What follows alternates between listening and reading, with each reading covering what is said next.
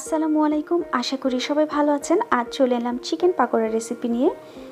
যেহেতু রমজান চলছে, আমাদের বাসার ছোটরাও রোজা রাখে, সেই ক্ষেত্রে আমরা যদি তাদেরকে এই ডিফারেন্ট স্টাইলের চিকেন পাকোড়া তৈরি করে দিতে পারি, তারা যেমন দেখে খুশি হবে, তেমনি তাদের পুষ্টির অভাবটাও পূর্ণ হবে। এই চিকেন পাকোড়া কিন্তু তৈরি করা খুব বেশি কঠিন নয়, খুব সহজেই তৈরি করে ফেলা যায় এই চিকেন পাকোড়া। আজকের এই চিকেন পাকোড়ার জন্য আমি বেশ কিছু চিকেনের লেগ পিস নিয়েছি, আপনারা চাইলে অন্য পিসগুলো নিয়ে নিতে পারেন। প্রথমে আমি এই চিকেনগুলোতে দিয়ে দিচ্ছি লবণ, গরম মশলা গুঁড়ো, মরিচ গুঁড়ো, ঝালটা আপনাদের পছন্দ মতো দিতে পারেন। আরও দিয়ে দিচ্ছি খুব সামান্য হলুদ গুঁড়ো, হাফ চামচ রসুন বাটা এবং হাফ চামচ আদা বাটা।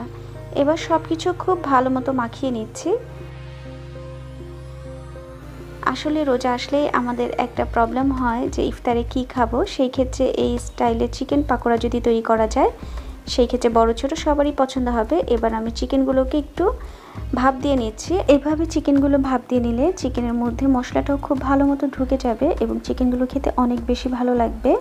আমি একটি প্যানে পানি দিয়ে তার মধ্যে একটি জালি বসিয়ে দিচ্ছি। এবার জালির উপরে চিকেনগুলো খুব ভালো মতো বিছিয়ে দিচ্ছি। আমি এবার ঢেকে এটাকে 20 মিনিটের জন্য ভাপ দিয়ে নিচ্ছি।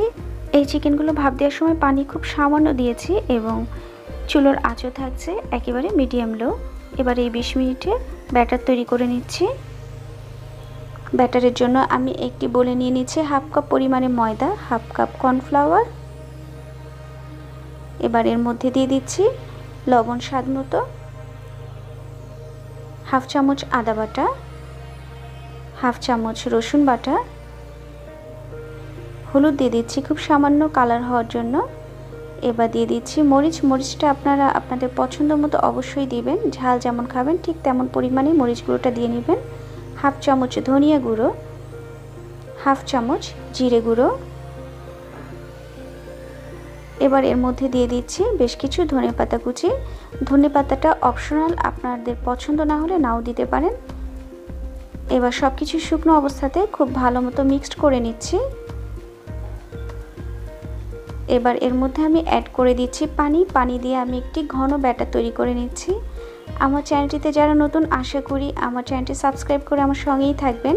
আর যারা এতদিন আমার সঙ্গে ছিলেন তাদেরকেও অসংখ্য ধন্যবাদ। আর আপনারা সবাই অবশ্যই আপনাদের ভালো মন্দ যে কোনো মতামতই আমাকে জানাতে পারেন। আমি একটু ঘন টাইপের ব্যাটার তৈরি করে নিচ্ছি। এর কনসিস্টেন্সিটা খুব বেশি পাতলা হওয়ার দরকার নেই। এবার দেখে নিচ্ছি আমার মুরগির মাংসের কি অবস্থা। দেখুন, দেখেই বোঝা যাচ্ছে চিকেনগুলো যথেষ্ট সিদ্ধ হয়ে গেছে।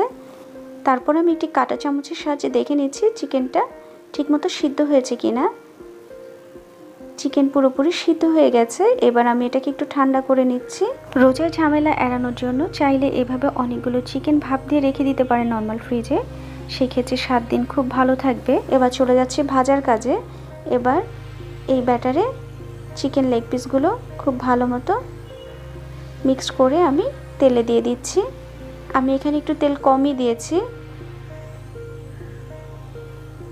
এই চিকেন যে ডুবো তেলে ভাজতে হবে এমন কোনো কথা নেই, তেল একটু কম দিয়ে অল্প অল্প করে একটু সময় নিয়ে ভেজে নিলে হবে। চিকেন যেহেতু আগে থেকেই সিদ্ধ করা ছিল, সেই ক্ষেত্রে এই চিকেন হতে খুব বেশি সময় লাগবে না, 5 মিনিটের মতো সময় লাগবে। আমি মিডিয়াম লো আঁচে খুব ভালো মতো 2-3 বার উল্টে ভেজে নিচ্ছি, একেবারে রেড ব্রাউন করে ভেজে নিচ্ছি। দেখুন, এখনই দেখতে যথেষ্ট ভালো লাগছে।